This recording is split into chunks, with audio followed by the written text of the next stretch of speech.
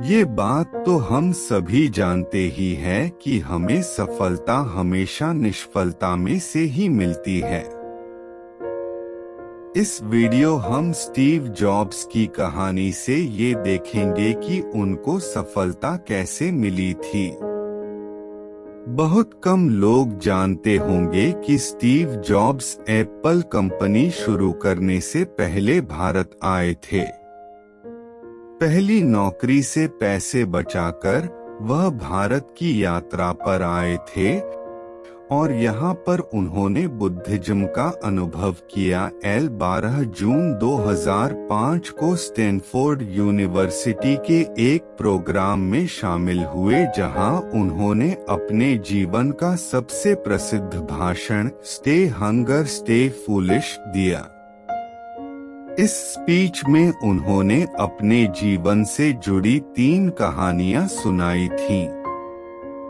Steve jobs ने बताया, मुझे कॉलेज से निकाल दिया गया था, लेकिन ऐसा क्यों हुआ? इसे बताने से पहले मैं अपने जन्म की कहानी सुनाता हूँ। मेरी माँ कॉलेज छात्रा थी और अविवाहित थी। उसने सोचा कि वह मुझे किसी ऐसे दंपति को गोद देगी जो ग्रेजुएट हो। मेरे जन्म से पहले यह तय हो गया था कि मुझे एक वकील और उसकी पत्नी गोद लेंगे, लेकिन उन्हें बेटा नहीं बेटी चाहिए था। जब मेरा जन्म हुआ तो मुझे गोद लेने वाले पेरेंट्स को बताया गया कि बेटा हुआ है, क्या वो मुझे गोद लेना चाहते हैं? और अचानक वो तैयार हो गए। मेरी माँ को जब पता चला कि जो पेरेंट्स मुझे गोद ले रहे हैं वो ग्रेजुएट नहीं है, तो उन्होंने मुझे देने से मना कर दिया। कुछ महीनों बाद मेरी माँ उस समय नरम पड़ी जब मुझे गोद लेने वाले पेरेंट्स ने ये वादा किया कि वो मुझे कॉलेज भेजेंगे। 17 साल की उम्र में मुझे कॉलेज में दाखिला मिला। पढ़ाई के दौरान मुझे लगा कि मेरे माता पिता की सारी कमाई मेरी पढ़ाई में ही खर्च हो रही है।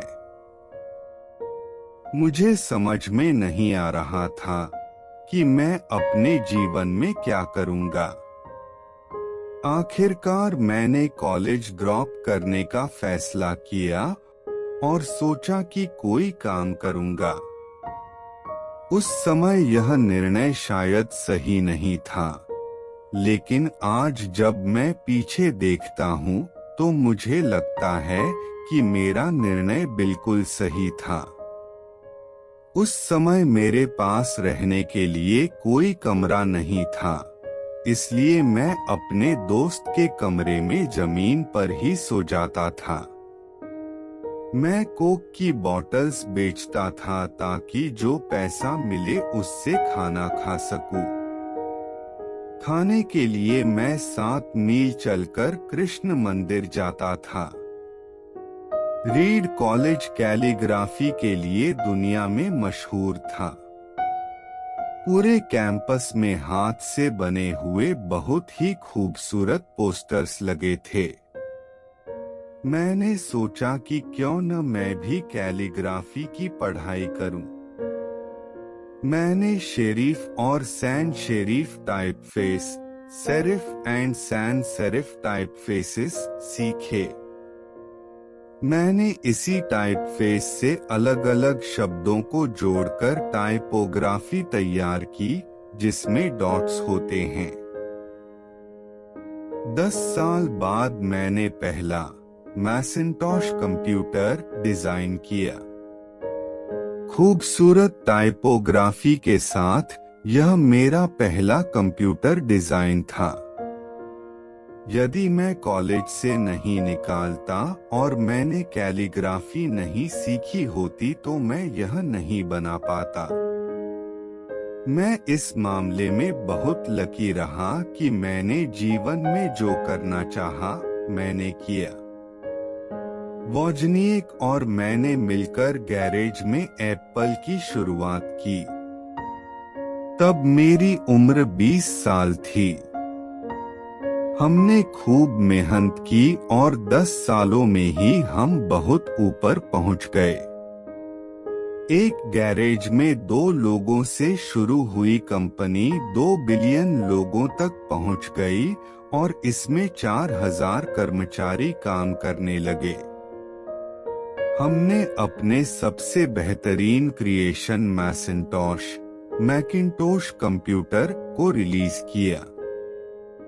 जैसे जैसे कंपनी आगे बढ़ी, हमने एक प्रतिभाशाली व्यक्ति को कंपनी संभालने के लिए चुना। पहले साल तो कंपनी ने बहुत अच्छा काम किया, लेकिन भविष्य को लेकर हमारा जो विजन था वो फेल हो गया। मैं जब 30 साल का था तो मुझे ही कंपनी से निकाल दिया गया। मुझे लगा कि मेरी ही कंपनी से मुझे कैसे निकाला जा सकता है।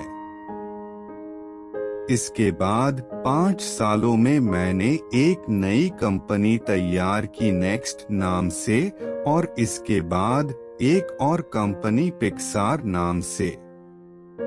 पिक्सार ने दुनिया की पहली computer animated feature film toy story बनाई। आज इस स्टूडियो को दुनिया का बेहतरीन एनिमेशन स्टूडियो माना जाता है। इसके बाद एप्पल ने नेक्स्ट को खरीद लिया और मैं वापस एप्पल पहुंच गया। हमने ऐसी टेक्नोलॉजी बनाई जिसने एप्पल को नया जीवन दिया। मुझे लगता है कि यदि मुझे एप्पल से नहीं निकाला होता तो मैं यह सब नहीं कर पाता। कभी कभी जीवन में ऐसे पल भी आते हैं, लेकिन हमें इससे घबराना नहीं चाहिए। आप अपनी मंजिल पर नजर रखें और आगे बढ़ते रहें। जीवन में कोई न कोई उद्देश्य होना बहुत जरूरी है। इसके बिना आगे नहीं बढ़ा जा सकता। जब मैं 17 साल का था तो मैंने एक कोटेशन पढ़ा था जो कुछ ऐसा था, आप हर दिन यह सोचकर जियो कि आज आखिरी दिन है, तो एक दिन ऐसा जरूर आएगा जब सही में आखिरी दिन हो। इस बात ने मुझे बहुत प्रभावित किया। 33 सालों से मैं रोज सुबह शीशे में अपना चेहरा देखता हूँ और यही सोचता हूँ, यदि आज मेरा आखिरी दिन है तो मुझे वो करना चाहिए जो मैं चाहता हूँ। कई दिनों तक मुझे अपने सवाल का जवाब नहीं मिला।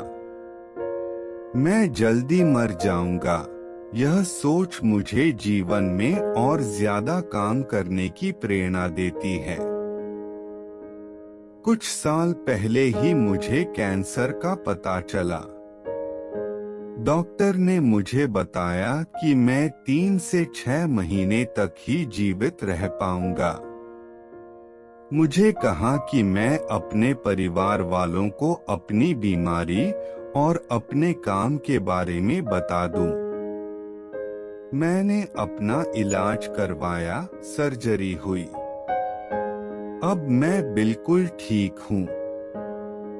मैंने बहुत ही नजदीक से मौत को देखा।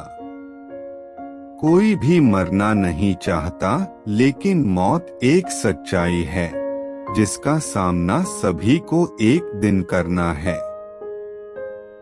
हर इंसान के सक्सेस के पीछे का सबसे अहम कारण होता है उसकी सोच। अपने अलग और मजबूत सोच के कारण ही कोई इंसान कामयाब बनता है। स्टीव जॉब्स को भी अलग सोच के कारण ही सफलता मिली थी। अगर आपको हमारे मोटिवेशनल वीडियोस पसंद आएं, तो कृपया हमारे चैनल को लाइक और सब्सक्राइब करें।